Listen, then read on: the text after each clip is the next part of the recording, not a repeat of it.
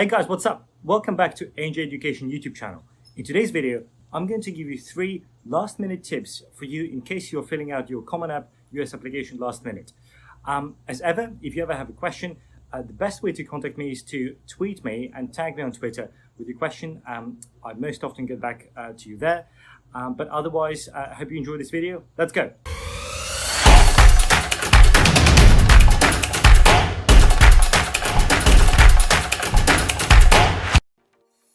Okay guys, so the 3 top tips if you're filling UCAS application last minute are: number 1, immediately as you join as you create your Common App application form, you should immediately invite your referees. Now, every American university will need a counselor.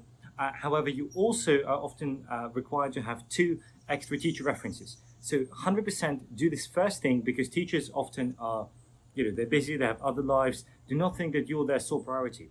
At the very least, they have 100 other students.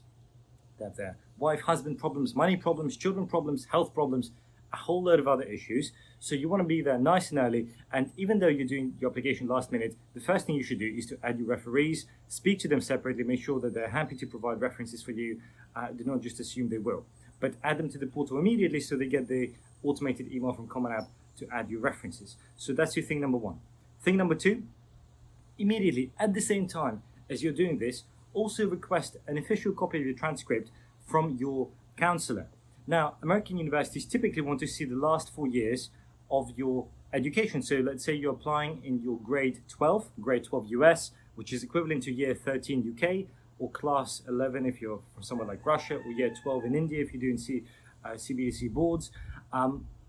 They typically want to see your last half year, so that the semester, because typically you will apply in November or December of your final year of school. So they want to see the grades for that half year through the mid-year report, and they will also want to see the 3 years prior to that, which is in US format, that is grade 11, 10, and 9. So in the US high school is 4 years, so they will want to see your grade 9, 10, 11, and the first semester of your grade 12, which is typically submitted as a mid-year report.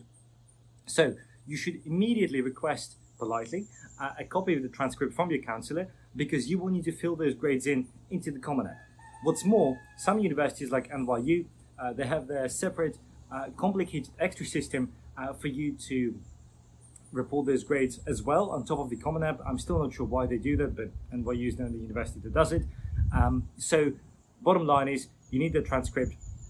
Often what happens is students do not keep a copy, or maybe they lose a year. So it's best just to make sure that you have all 4 years, or rather all 3 previous years, grade 9, 10, 11 in the US system, and whatever grades currently you have for your final year as you're applying. Of course, if you're applying after the gap year and you already finished school, or after a long gap as an adult, you already have all your transcripts. But again, if you don't have them, request them politely from your counselor, add them in. And that will save you a lot of time and stress later on. Finally, the 3rd top tip is to fill out your activities form again on day 1 as you're starting your Common App. Why do you do that? Well, if you're like me, you will not remember all of the activities that you're doing. You may not even if you remember them, you may not think much of them. You may not necessarily put them eloquently on paper, or rather on the screen in the Common App. So just start filling out the Common App activities form with whatever you remember. And typically it needs the name of activity, the number of hours you've been doing it, and your role with a brief description. So start doing that, and chances are you will start remembering more things with more significance as you go along. So for example, I would fill some activities today, and then next day when I go back, I spoke to my parents, spoke to my siblings, my friends, and I remembered, I've also been doing table tennis, or I've been volunteering this community center once, for 20 hours a week for about a month, and I forgot about it. Put that stuff in. The most activities you can have is 10. So actually, you have the space to add the things, and if they add value and they're meaningful. So if you've been doing something for one day once, okay, probably that's not an activity. But if you've been doing something consistently, if you've learned something from it, if that's something that's interesting, it can be sport, it can be public service, can be research, can be extra studying, can be athletics, whatever it may be, add it in.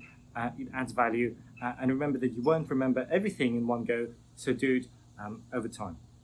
So guys, if you're doing Common Application last minute, which you shouldn't, and you should start way earlier, But if you are doing it last minute, remember the top 3 tips. Number 1, on the day, in the first hour that you've created Common App, invite your referees. Number 2, request politely a copy of your transcript for all the previous years, starting from US equivalent of grade 9, and because you will need that information for the Common App.